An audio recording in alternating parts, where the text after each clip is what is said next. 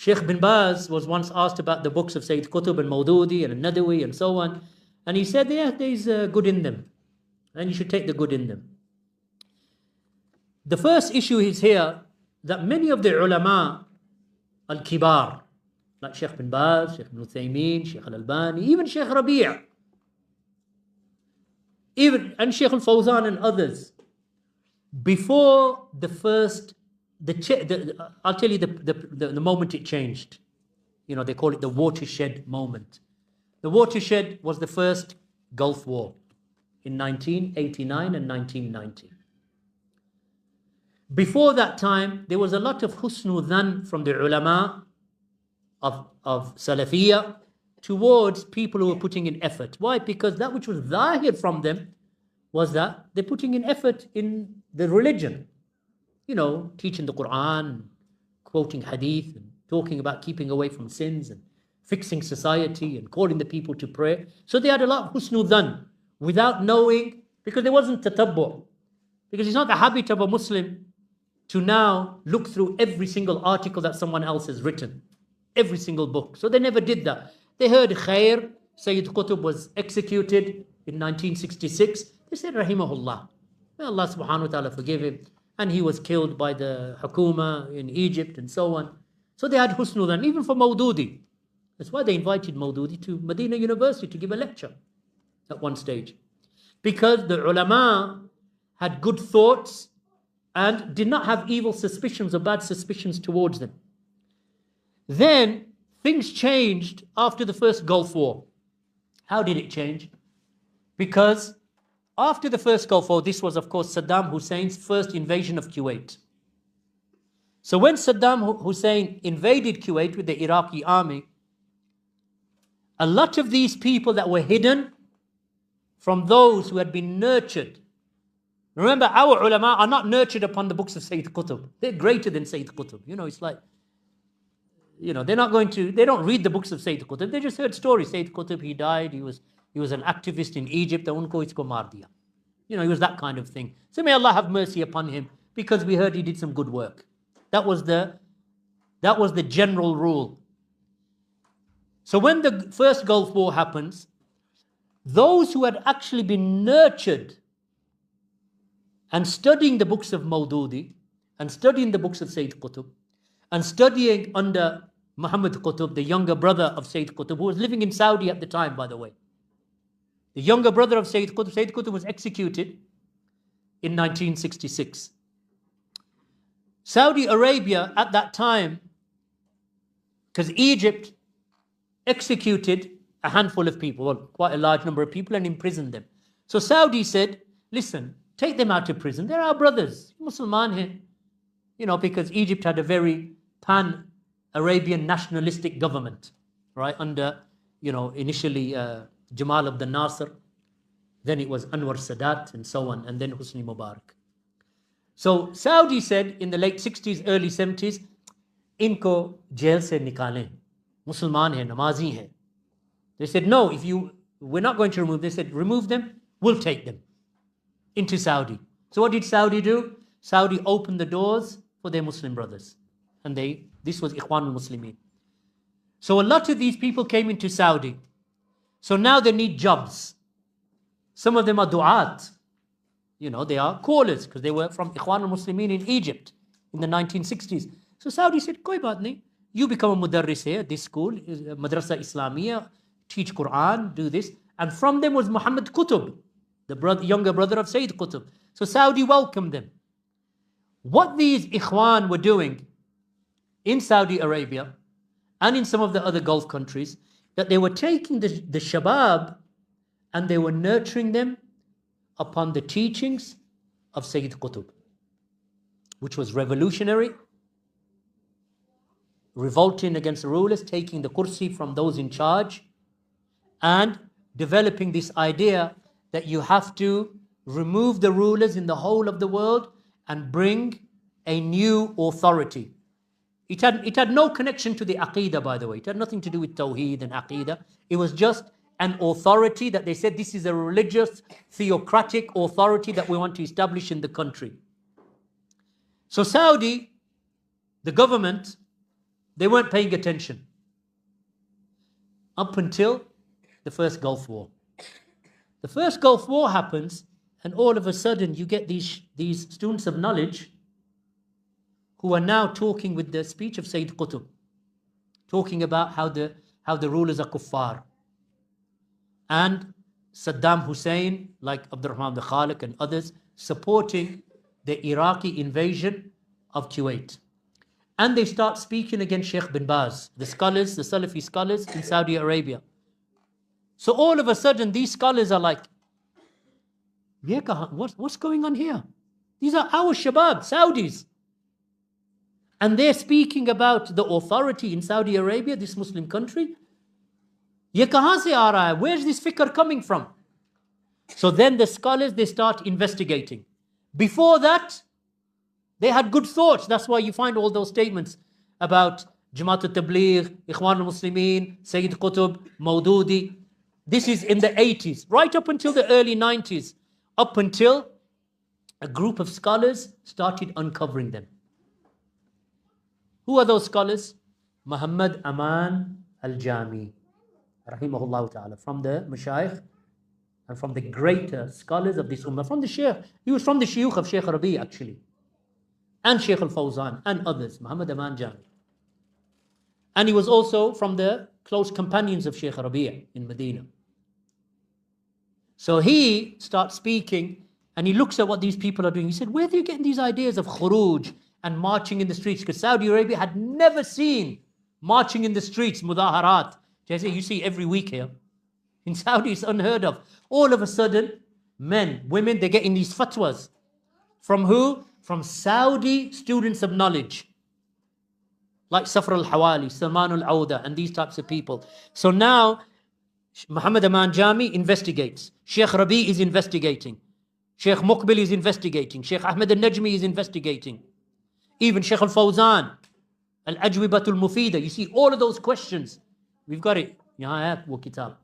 So this is now entering into 1992, 93, 94.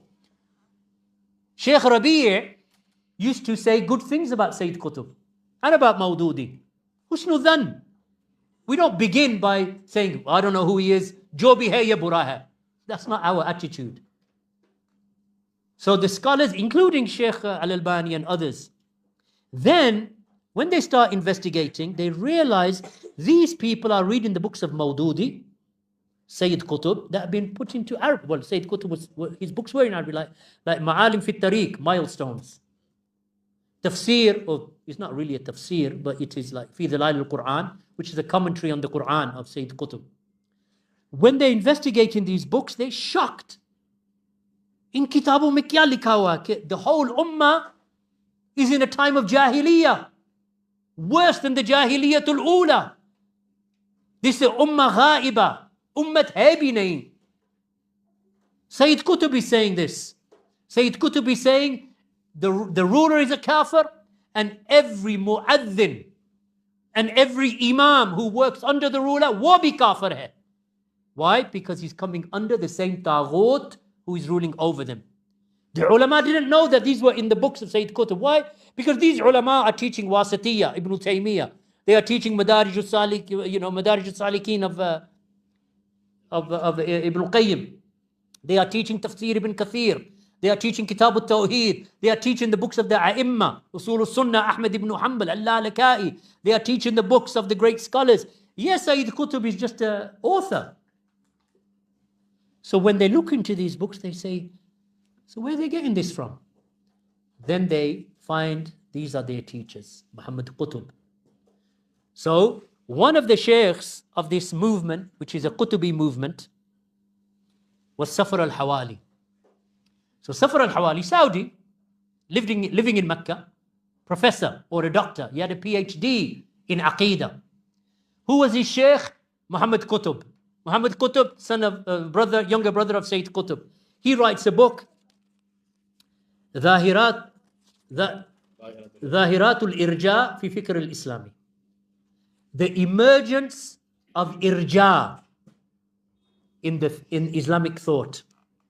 This book, the whole of the book is attacking the manhaj of the ulama like Al-Albani, and Bin Baz and others. This is where it begins. Who wrote the introduction to the book? Muhammad Qutb. So the scholars now are joining the dots. So Sheikh Muhammad Aman Jami starts speaking. And he says, look at this, foreign ideologies that are against Islam. Sayyid Qutb, who says that Islam is just a concoction of Christianity and communism. That's what Islam is. If you look at Islam as an ideology, he says Islam as an ideology is just a perfection of communism and Christianity. The ulama say, yeah, kya hai? What kind of kufr statement is that? Then they look into Sayyid Qutb, and Sayyid Qutb starts attacking Uthman radiallahu anhu. He says Uthman was a bad leader and an example of a bad leader. So the ulama are saying, subhanallah, this is Sayyid Qutb. He's attacking Uthman. Why? Of leadership. He says Uthman took money from the Baytul Mal, embezzled funds, frauded funds from the Baytul Mal. Uthman put his relatives in charge. So he said, Sayyid Qutb said, we don't even consider the Khilafah of Uthman to be a Khilafah. Rather we say it is Abu Bakr and Umar and then Ali. Uthman, jaise, it didn't even exist. It is like a blip. He speaks about Musa alayhi salam. About Musa alayhi salam.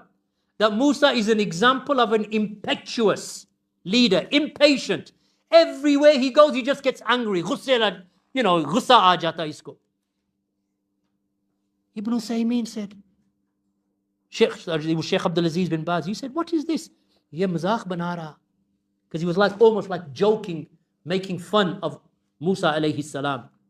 He said, look how he took the tablets that Allah gave him and he broke them. Usne tod diye.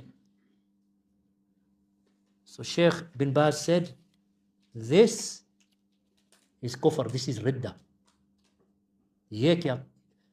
They didn't know this before that. When did it come out? After the first Gulf War, because these people saw an opportunity. Kuwait is getting dealt with, yani it's finished. We're going to start something in Saudi. So then they said, whoever does not judge by what Allah has revealed, then he's a kafir. Yeah, hukam sabhi kafir hai. Kyun? Because they don't judge by what Allah has revealed. Allah said in the Quran, وَمَنْ لَمْ يَحْكُمْ بِمَا أَنزَلَ اللَّهِ فَأُولَٰئِكَ هُمُ الْكَافِرُونَ. So they said, dekhe, whoever does not judge by what Allah has revealed, they are the kafirun. Allah ne kaha, Quran mein, Surah Ma'idah mein. But there are 3 ayat in Surah Ma'idah. Whoever does not judge by what Allah has revealed, humul fasiqoon. Wo fasik bhi ho sakta hai. And Abdullah ibn Abbas said, this is kufr dun kufr. Ye kufr nahi that takes you outside of Islam. But that's a different discussion. So all of this began to get exposed. So going back to your question, when it became exposed, Sheikh bin Baz refuted Sayyid Qutb. Sheikh Ibn Uthaymeen refuted Sayyid Qutb. Sheikh Rabi refuted Sayyid Qutb. Sheikh Al-Fawzan refuted Sayyid Qutb. Sheikh Al-Albani refuted Sayyid Qutb. Sheikh Ahmed Al-Najmi refuted Sayyid Qutb. Sheikh Zayd Al-Madkhali refuted Sayyid Qutb. Sheikh Muqbil refuted Sayyid Qutb. All of them refuted Sayyid Qutb and Maududi. Sheikh Rabi wrote books. Then the issue became clear. Ye jo aapke saath kar rahe, this is trickery. Because they're going back to before these ulama knew the haqa'iq and the realities of these jama'at. Same with Jama'at al-Tabligh. They did the same thing with Jama'at al-Tabligh. Because the scholars had good thoughts. Because Tablighi Nisab or Fadalul A'mal was not translated into Arabic at that time. Arabi mein nahi tha. It was translated into English, into Urdu, Hindi, Bengali, Bangladeshi, Har Zaban mein, Farsi, everything, but not into Arabic. Because if you translate into Arabic, Arabi dekhenge. The ulama bhi dekhenge, ye kitab to has all of these mawdu'at, fabricated hadith and lies upon Allah's name, and some bid'ah and kufr in there also. So they never translated it. So what were Jamaat al-Tabligh doing in the Arab countries? Riyadh Salihin. So they were going into Saudi in the masajid. Acha, hum India se aaye hain. What are you going to read?